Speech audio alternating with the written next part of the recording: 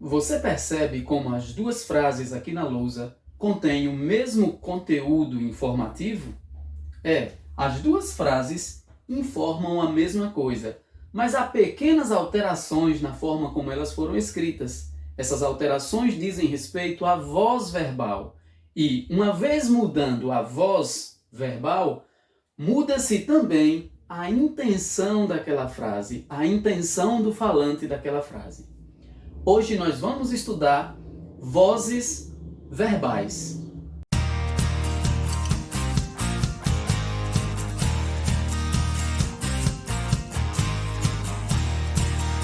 Fala, turma, tudo certo? Hoje vamos estudar vozes verbais. Perceba que nas duas frases apresentadas aqui na lousa, nós temos o mesmo conteúdo informativo. O homem invadiu a floresta. A floresta foi invadida pelo homem.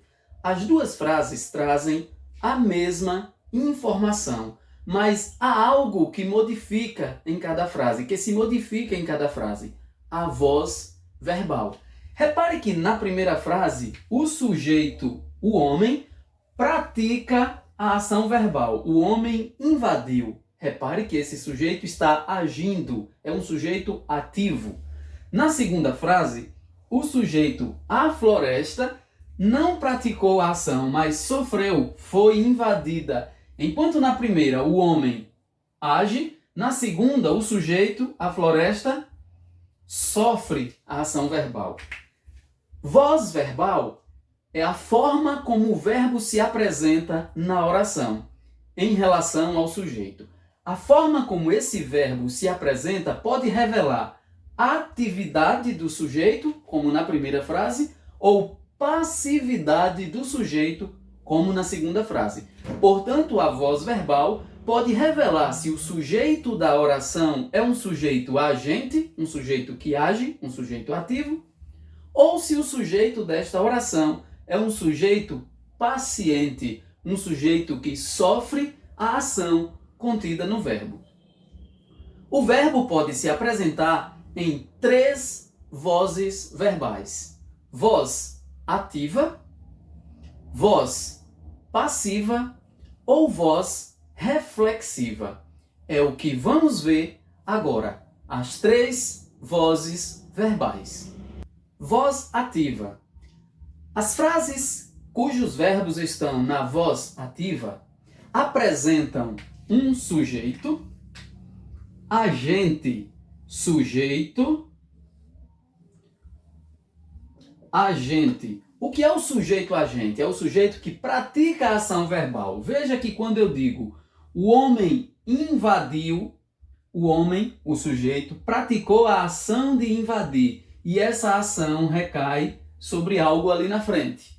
Repare que na voz ativa nós temos um sujeito, nós temos um verbo e temos um complemento. E o sujeito pratica uma ação cuja ação recai sobre esse complemento.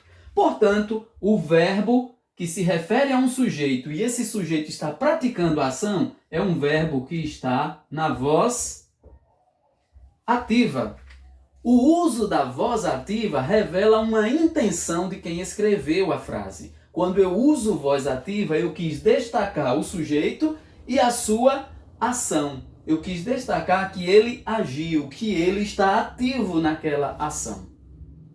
Na voz passiva, o sujeito sofre a ação verbal. O que é, portanto, a voz passiva? É a voz do verbo que revela um sujeito paciente. Ou seja, usamos a voz passiva quando queremos destacar um certo vitimismo do sujeito. O sujeito não age, o sujeito apenas sofre. Como isso acontece aqui na frase? O sujeito é a floresta. Se eu perguntar quem foi invadida, a floresta, repare que nós temos aqui um sujeito. Mas a ação verbal, a ação da invasão, a floresta não agiu, a floresta sofreu, recebeu essa ação. Então nós temos um sujeito paciente, portanto, voz passiva é aquela voz verbal em que o sujeito é paciente, sofre a ação verbal. Então nós temos aqui um verbo na sua voz passiva. Repare que na voz passiva o verbo apresenta-se em forma de locução verbal.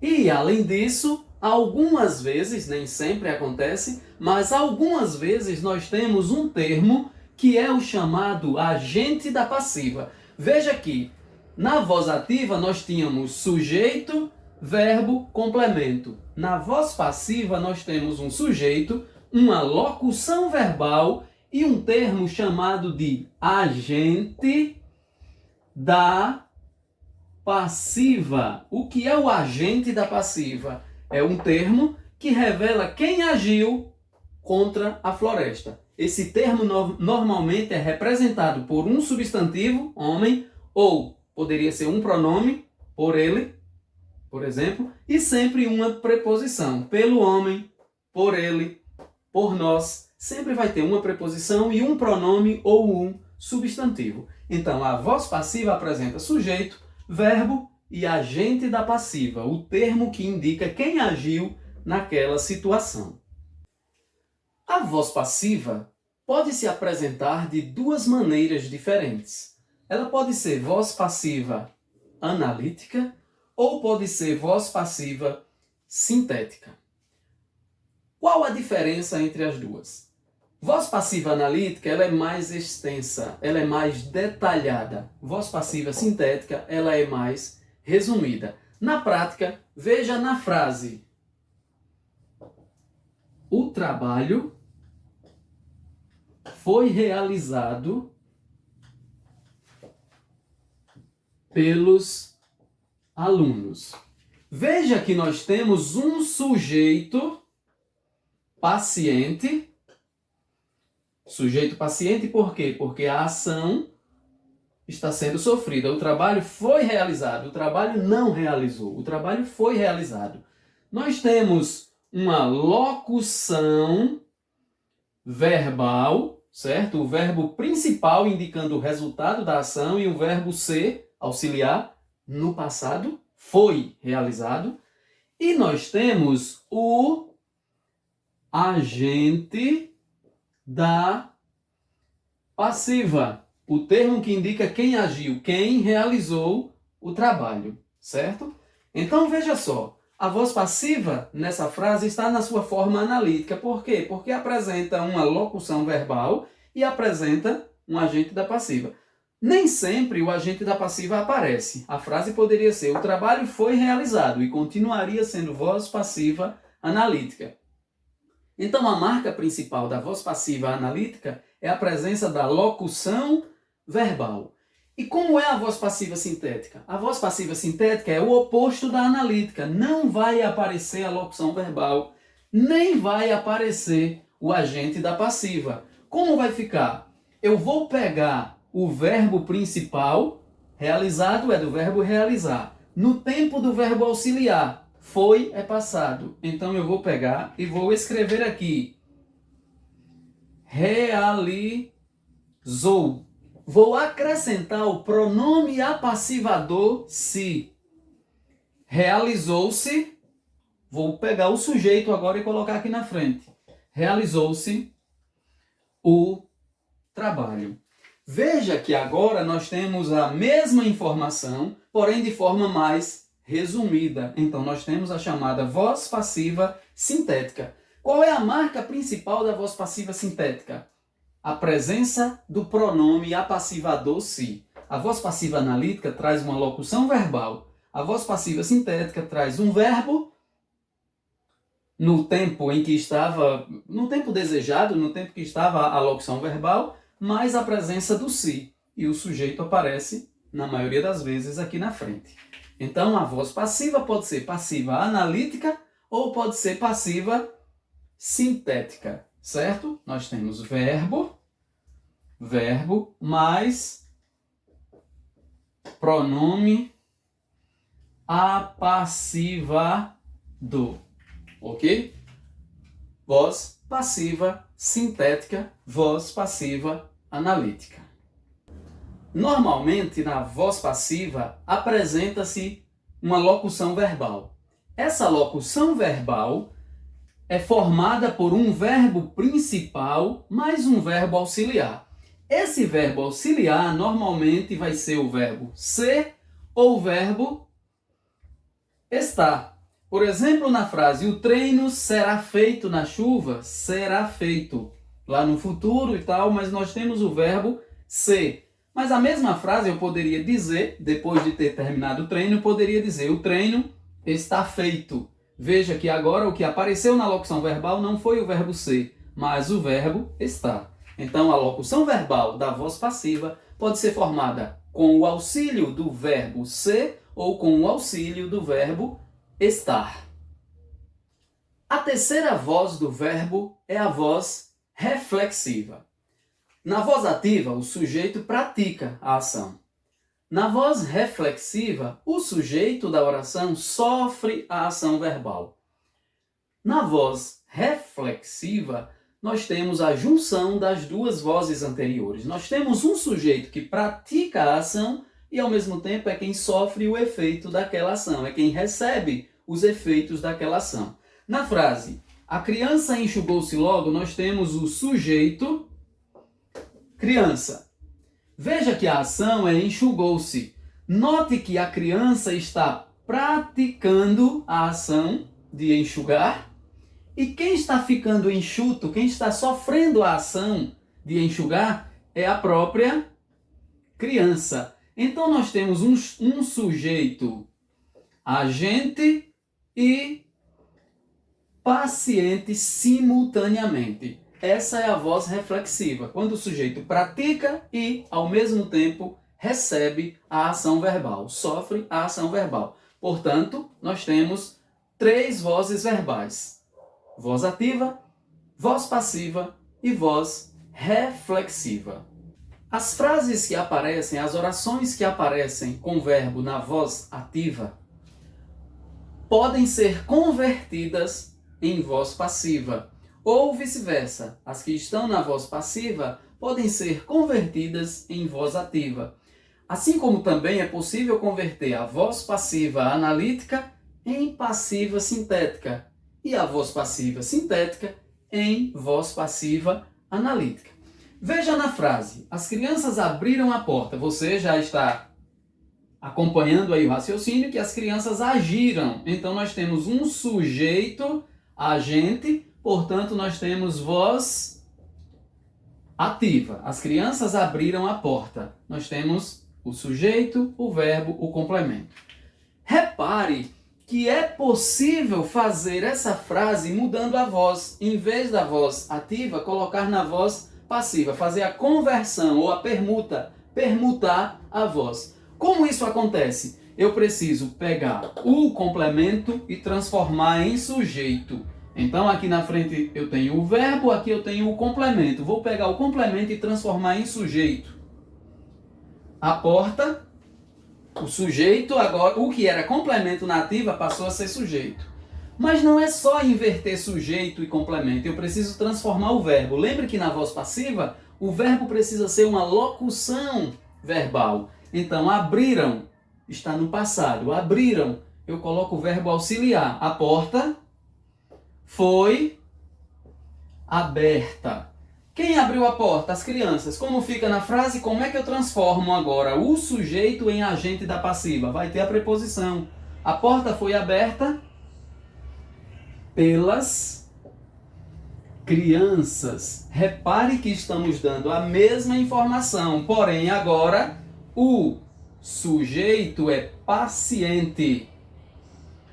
O verbo foi transformado em locução verbal. Consequentemente, eu tenho uma voz passiva analítica. Por que analítica? Porque eu tenho uma locução verbal. E o que era sujeito virou aqui o termo chamado de agente da passiva. Assim, nós fizemos a conversão de uma frase na voz ativa para a voz passiva. Mas note a intenção. Quando eu digo a criança abriu a porta, eu coloquei como destaque, eu enfatizei o sujeito criança como alguém que age, alguém agente. Quando eu digo a porta foi aberta, eu destaquei a porta, mostrando uma fragilidade da porta. Foi aberta até por criança. Então eu estou mostrando agora a intenção dessa fala, não foi mostrar crianças ativas, crianças que agem rápido, que faz muita coisa. A intenção agora foi mostrar uma fragilidade, uma passividade da porta, certo? Então, ao fazer a permuta, a gente sabe que isso vai trocar também a intenção. Você está destacando, colocando em primeiro plano um outro elemento da sua fala, um outro elemento da sua oração. Da mesma forma, eu consigo fazer a permuta da voz passiva analítica para a voz passiva sintética. Como isso acontece? Lembre que para transformar em passiva sintética, eu não preciso usar o agente da passiva. E vou pegar o verbo principal e colocar em primeiro plano. O verbo principal é o verbo abrir. Então eu vou colocar abriu, acrescento o se, abriu-se a porta. Pronto, agora eu tenho um verbo na voz passiva sintética. Lembre que a marca da passiva sintética é a presença do pronome apassivador. Talvez isso te ajude até a memorizar. Passiva sintética. Olha o S. Apresenta a partícula si, que também tem o S. Uma observação que merece sua atenção. Veja que a porta foi aberta. Se eu tivesse aqui na frente portas, eu ia colocar as portas e o verbo precisa acompanhar a concordância, precisa combinar com o sujeito. Então, se eu tivesse as portas foram abertas, certo? O verbo precisa acompanhar a concordância com o sujeito. O mesmo aconteceria aqui. Se o sujeito é portas, eu só inverti a posição. Se o sujeito aqui na frente fosse portas, eu deveria colocar abriram-se as portas. É preciso que acompanhe a concordância do verbo, certo? Todo verbo precisa concordar com o sujeito a que se refere. Para que estudar voz verbal? Conhecer a voz ativa, voz passiva, voz reflexiva, todas essas permutas que é possível fazer alterando a voz verbal da frase que você vai escrever, lhe garante uma coisa: você vai ter opção de escolher conforme a sua intenção desejada. Quando eu digo o juiz expulsou o goleiro, colocando o sujeito juiz de forma ativa, o verbo na voz ativa, eu estou enfatizando a ação do juiz. Eu estou enfatizando o poder do juiz. Eu, no caso, coloquei em primeiro plano o juiz de forma que ele foi o responsável por aquilo. Quando eu digo o goleiro foi expulso, em vez de colocar o goleiro como o responsável por alguma coisa, como um ser ativo, como um protagonista, eu coloquei como um ser passivo, alguém que foi vítima de uma ação. Eu vitimizei o goleiro, quase como se eu tivesse com pena do goleiro por ter sido expulso. E uma terceira colocação ainda, também voz passiva, está expulso o goleiro. É voz passiva, só mudei o verbo, em vez do foi, coloquei o está. Note que agora, nessa voz passiva, eu destaquei, coloquei em primeiro plano a ação. Não o juiz, não o goleiro, mas a ação. O fato é que está expulso. Não tem mais o goleiro para aquela partida. Então, estudar as vozes verbais nos permite perceber as intenções de uma determinada fala e assim a gente poder interpretar melhor aquilo que está sendo dito.